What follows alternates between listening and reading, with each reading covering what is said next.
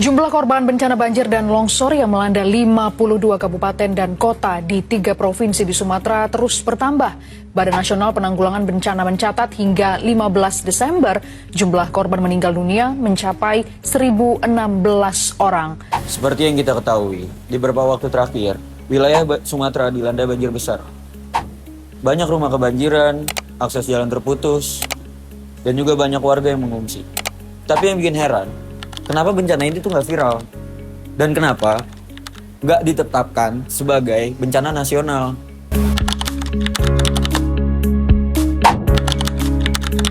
Tahu nggak sih, padahal sebenarnya sebelum banjir Sumatera itu viral, sempat beredar loh beberapa klip video mengenai warga yang mengarungi banjir, rumahnya yang tenggelam, sampai jalan yang benar-benar putus disapu arus. Tapi video-video ini cuma lewat sebentar, nggak ramai, nggak trending malah. Kalah viral dengan berita hilangnya tumbler di KRL. Dan akhirnya ya menghilang lagi. Ini terjadi karena media dan algoritma punya peran besar dalam nentuin apa yang dianggap penting oleh masyarakat. Kasarnya begini, kalau media pusatnya nggak mengangkat dan algoritmanya nggak mendorong, maka publik pun cenderung nggak ngeh.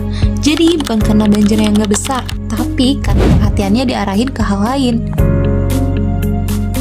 Pertanyaan berikutnya, kenapa sih banjir sebesar ini nggak dinaikkan statusnya menjadi bencana nasional? Jawabannya bukan cuma teknis, tapi juga soal perhatian publik.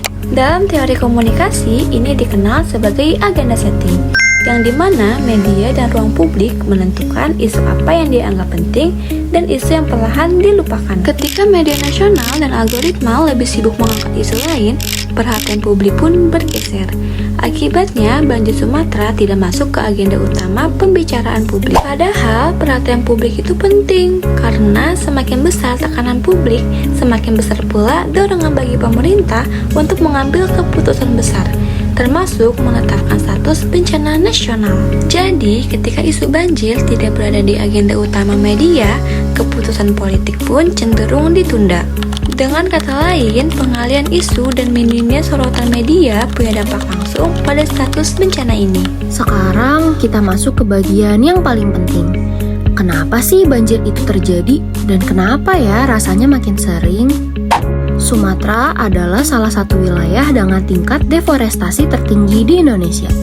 Banyak hutan dibuka untuk perkebunan sawit, tambang, dan industri kayu.